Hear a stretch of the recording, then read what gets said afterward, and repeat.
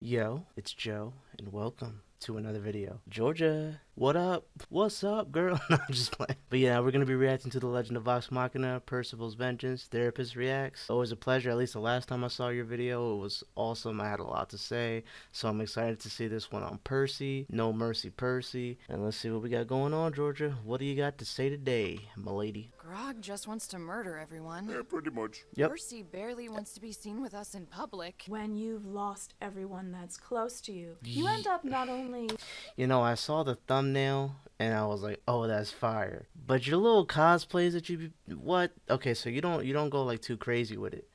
It's simple enough, but like they're like they're really good. You bravo. Good job with the cosplays. You end up not only dealing with survivors' guilt, a lot of people then become defensive. They don't want to get close to others. Ain't that the truth? When you go through life, you're so used to losing people that you care about. You kind of build up walls and you want to keep distance from people that you begin to care about because you think in your head, I'm going to lose them again anyway, so why even get myself attached when I know I'm going to get hurt again? If any of you guys have ever just like moved from town to town often, from place to place, and you're around different people all the time, you lose friends. Like, you may be at a place for like a month or two, then you move again, and you're at that place for a month or two, then you move again to a new place, and you're at that place for maybe a year, but then you leave again, and all those friends that you made, it's like you lose them. So it's like, why am I gonna even get attached? What's the point? A lot of people go through that, man, and it's unfortunate. It's not that it's unfortunate to move all the time. What I'm saying is to have to go through that feeling of, what's the point of even getting to know you if I'm not going to be around long enough anyways to really be able to bond with you, or you're around just enough to be able to bond with somebody and then you gotta leave. You know what I mean? I never had to go through it, but I can imagine how it sucks. He doesn't let people close to him and doesn't get close to others. Then he won't get hurt again.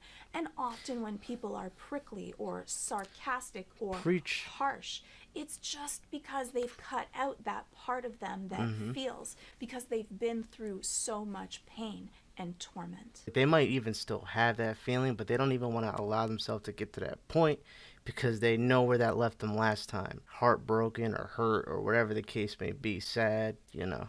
We hear a lot of tales of people's hair that turns white overnight because of traumatic experiences. And Are you being hyperbolic, or does that literally happen due to trauma? I thought that was just like a little thing that they put into the show that happened over time to show, oh, he went through some traumatic stuff. Even if it happens over the course of like a few days, that's still so fast. I didn't know that was like an actual thing that happened that quick. I knew it happened, but not that quick. And I didn't know that it happened to like so much of the hair either. I thought that maybe you get like more grays that way due to stress and whatnot. Everybody knows that. But yeah. your hair doesn't actually go white overnight because of stress. If But I- stress actually can If damage.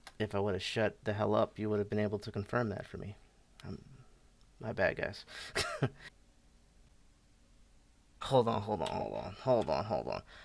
Is that the glare from the light? I'm just noticing. Is that glare from the light, Georgia, or did you like dedicate a little bit of dye to dye that little bit of your hair, or is that the glare? If you dyed your hair, yo, that is dedication.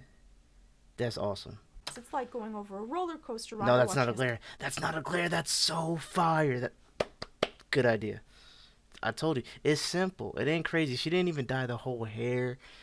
It's a simple cosplay, but it's effective and it's cool. The main thing that you want to look at nightmares is more the feeling that you feel during them. For Percy, you can see that it's powerlessness, pain, anger, that feeling that he's not in control. Next time I have a nightmare, if I'm lucid, I'm gonna try to take a moment to be like, hey, yo, what am I feeling right now? You know, I wish that we could like remember our night. I'm gonna shut up, I promise. Not really, but I'll make this quick. It's crazy how we don't remember a lot of our nightmares, or at least I don't, because if I did, I would love to kind of like go over them now that I have this new idea or this new thing to think about. I'm simply suggesting you could all benefit from some well-practiced restraints. Emotions aren't meant to be bottled up. Maybe you should cut loose once in a while. For Percy, though, that's what he's doing all the time, always restraining himself. So this is a little bit of projection. He's asking everyone else to do what he's always doing. Why? Because he's filled with pain and anger. And so we never really see the true Percy, if he truly let loose, I think that he's scared of what might come out. We're constantly trying to keep the parts of ourselves that may become too much on the inside. Bottling them up doesn't actually help them heal. The only way through healing is actually going back to those dark places and dealing with them in whichever way works for you. Preach.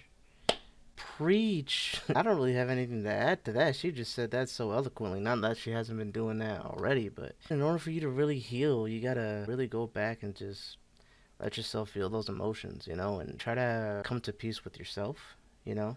You can't change the past, but you can look over what happened and look to the future with how you could do things better next time in the similar situation. For many of us, it would be really hard to sit across from someone that has hurt us so deeply. And Percy already, you can tell that he's kind of this time bomb. He always seems like he's just barely on that edge of control. And this, no doubt, was way too much for him. When we've been trying to contain ourselves, everything comes out with it. Stop them! Come visit us sometime, Percival. No! Yep, and I just reacted to this yesterday. This part was wild. We often then blame those that are closest to us, those that we care about, for the mistakes, the flaws that we did. And so you often want to be careful Pointing the with finger. blaming others when something bad happens. Answer me. I'm only a servant. They don't tell me anything. Now your soul is forfeit. And now we can see the darkness that... The cut with the mask. That was fire. Now we can see the... And she's looking at him, and then I see what you did. I see all the little editing things you did. I see it. Bro, how much did it cost you to get all this stuff, by the way? Like, how much was this outfit? I'm not even going to ask you about the Keyleth one you wore during the Grog one. How much was this? This would have been simple to get, but that witch doctor's mask, I know that must have been a lot. Witch doctors, plague doctor. That plague doctor motif perfectly embodies the demon that's really within himself. Isn't the whole idea of, like, heroes or villains wearing a mask or something that hides who they are? Like, putting on that mask may give them a sense of empowerment or this different kind of persona to where they can be that person. And when they take off this mask or uniform or whatever that hides who they are, when they come back to themselves from this persona, when they're done doing what they got to do, they go back to feeling the same timid way. But it's something about putting that mask on that helps them have either... Courage isn't always the word, but the courage or the resolve to go through with things that they would otherwise not necessarily be able to do without having that mask or that new part of themselves take over, both like figuratively but also metaphorically with the mask as well, you know? It's just a question I have. I mean, Georgia, if you're watching this, I feel like that's a thing. I feel like that's gotta be a thing. Emotions are like any other skill. You want to get better at playing piano, practice playing piano. You want to get better at being angry, practice being angry. I like that. Every time he gets that vengeance, Never thought about it that way. You see all of that anger and pain and trauma exude out from him.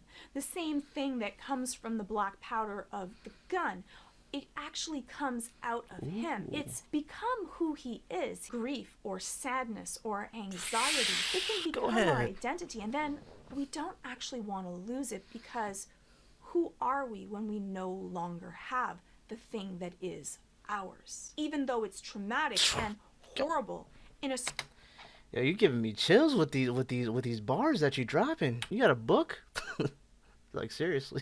If he's just angry and wants revenge all the time, then he doesn't have to worry about being loving and empathic and getting close to people. It's actually a very effective defense mechanism. It stops him from being able to feel, which, yeah, keeps him safe, but also keeps him away from getting something that might... That mask is like another wall, bro. It's like a literal wall. Percy ended up giving himself a task to keep his mind off of the pain, which can be healthy, but his task was a task of revenge, and In the end, that's like the poison that we drink and hope that someone else dies. No amount of revenge is actually going to give him back what he hopes for. Do you have a book?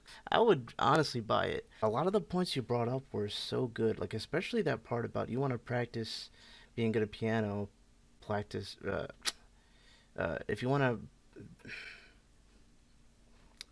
I'm rebooting. If you want to get good at playing the piano, play the piano. If you want to get good at being angry, be angry and let that consume you. Never thought about it that way. But you were just dropping a whole lot of gems in this. Very good ways and different perspectives on things I'm going to think about now when I talk to people or meet people, whatever, or there's something that happens in my life or whatever. Definitely things to think about. You never necessarily want negative emotions like that to consume you, and it's hard sometimes. But I think I'm doing pretty good. I'm not walking around with a plague doctor's mask and a demonic aura around me all the time. So I think I'm doing a little bit better than Percy's doing. Definitely check out Georgia's channel. She's fantastic. Always a pleasure. Can't wait to check out the rest of these. I mean, check out her Patreon. She's got a Patreon, like she said. Check out her Patreon. She's got a whole playlist here, Vox Machina Therapist Reacts. I'm about to go through that later. She's got a lot, so just check her out. I hope you guys enjoyed my reaction, my rambling ass. If you did, check out my Patreon, or just do all the good things in general. You guys know what I'm talking about. I've talked for long enough. You just have a good morning, afternoon, or night. Thank you so much for all your support, and I will see you in the next one. Peace.